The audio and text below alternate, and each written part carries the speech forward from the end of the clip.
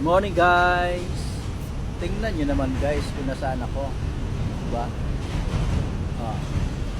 Na yung birthday celebration natin guys. Pero hindi pa tapos ang laban. Tuloy pa rin yung laban natin guys. So alam nyo guys, ang malungkot lang dito sa pangyayari. Kasi tayo sa bansang Pilipinas, 1986 nagalit yung mga taong bayan nung nag-declare si Marcos ng martial law. Sa paggugulo ng mga NPA sa gobyerno, napilitan si Marcos na mag-declare ng martial law. Ngayon naman 2025 ang masaklap dahil people of the Philippines versus government and the NPA na. Nagsanib pwersa na sila guys. Diba? Nagkaisa na sila, ang gobyerno pati mga NPA. Kaya malungkot dahil sa mga ganit sa kapangyarihan na ating mga political leaders at gustong manatili sa power, nakipag-connive sila sa mga NPA. Diba? Yun ang masaklap guys. At itong mga inaasahan natin ng mga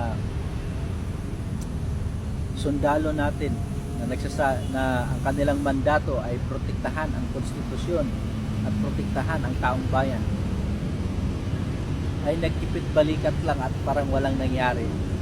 Ito nakita, parang walang narinig. Diba? Ang tanong dyan, magkano ba? Diba? Ganun lang naman yan magkano ba? EFP, magkano ba? If the price is right, no? Siguro nasa tamang price ang pinakita sa kanila ng pamahalaan ito. Kaya ipit balikat sila. Wala sila nakita, walang narinig. No. Lagi na lang sinasabi na pag kumilos ng taong bayan, saka pa sila kilos din. Hindi nyo ba nakita yung volume ng taong bayan? Happy birthday sa my birthday!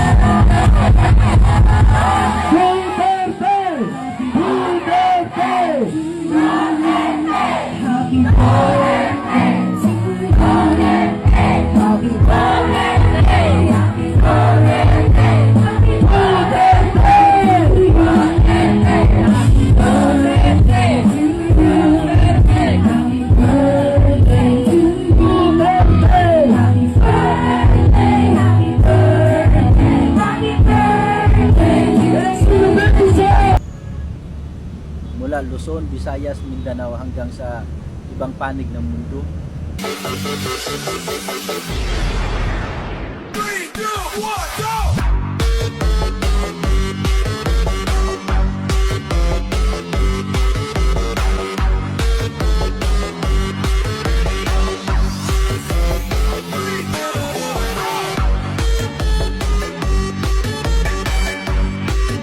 Kung gaano kadaming Pilipino ang nag-conduct ng kanilang rally dahil ayaw nga namin yung ginawa ng gobyerno sa pag-abduct nila kay PRRD. Mali yun. Wala yun sa konstitusyon. Akala ko ba mga AFP protector kayo ng konstitusyon? Sa ginawa nila kay PRRD, nasa konstitusyon ba yun? Wala, di ba? At hindi lang naman sa issue ni PRRD yan. Issue din yan ng korupsyon. Talamak ang korupsyon ngayon sa bansa. Pera ng taong bayan, pera ninyo, pinaghirapan ninyo. Diba?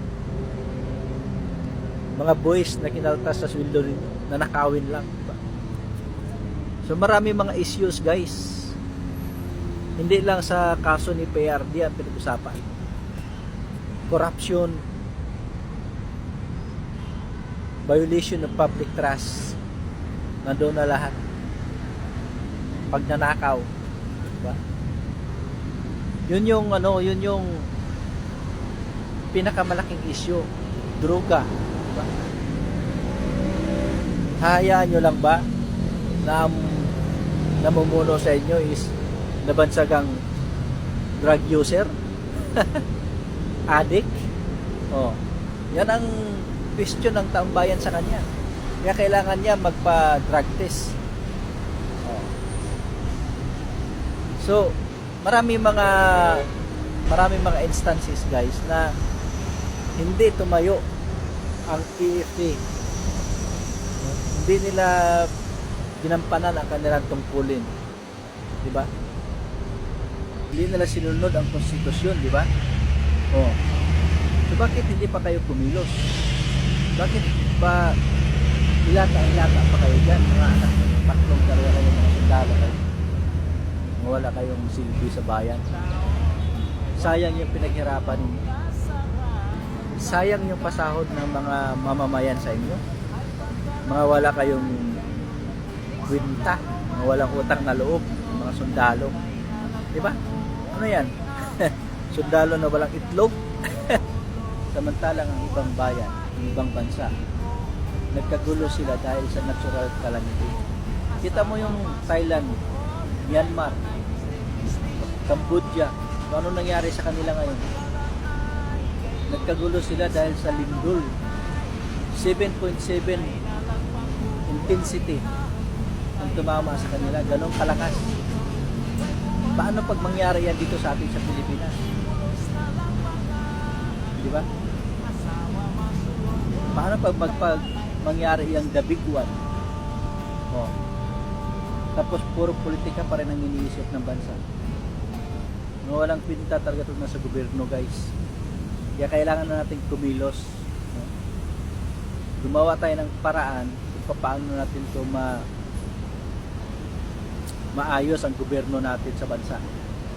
Hindi maganda ang pamamalakad ni BBM guys. Niloloko niya ang taong bayan. Alam nyo guys, may nakita ako isang expert sa politika. Siya siyang international personality. At itong sinabi niya, ang Pilipinas daw nasa kategorya na ng Ukraine. Tapos si BBM nasa kategorya na ni Zelensky. China warned the Philippines after U.S. Defense Secretary Pete Hegseth's visit to President Marcos Jr. that the Philippines is opening the door to a predator and will be abandoned in the end, possibly alluding to the U.S. reducing its support for Ukraine. China also accused the Philippines of engaging in political stunts for personal agendas, which may refer to Marcos Jr.'s recent decision regarding international cooperation. Oh, di ba? So, ibig sabihin noon, tuta tayo ng banyaga. Sunod-sunuran tayo. Di ba? Aminin niya man o hindi, si BBM, tuta siya ng banyaga. Oh. Di ba? Kaya gusto niya magkaroon ng gera para magkaroon ng maraming pera na kukurapin na naman nila at manatili siya sa power. Marami silang option guys eh. Marami silang options na manatili sila sa power. Pwede sila mag-declare ng martial law kung talagang magkagulo na ang bansa. Magkaroon ng civil war. Oh. Or kung hindi man mangyari yan, ipoprovoke ng husto yung China para mapilitan mag-declare ng gera. So, sa pamamagitan ng ganyan, talagang manatili siya sa power. Kasi wala ng eleksyon eh. Di ba?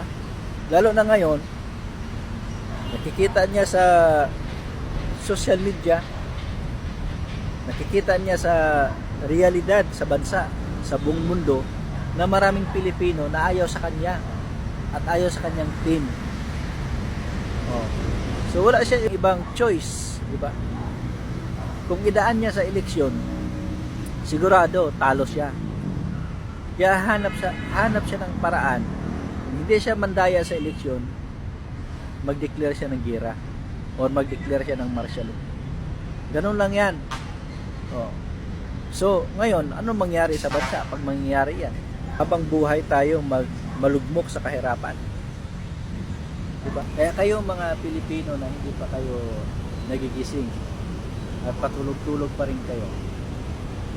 Ako mga nakausap na Pilipino, na ayaw nilang ginawa or ayaw nilang ginagawa ni BBM ngayon sa Malacanang. Pero ayaw nilang mag-rally dahil takot silang mag-declare si BBM ng martial law dahil marami nga napiperwisyo nung nag-declare ng martial law si Marcos Sr. So ayaw na nilang maulit yon. Kaya ang ginawa nila, tumahimik na lang. Ganon ang realidad ngayon.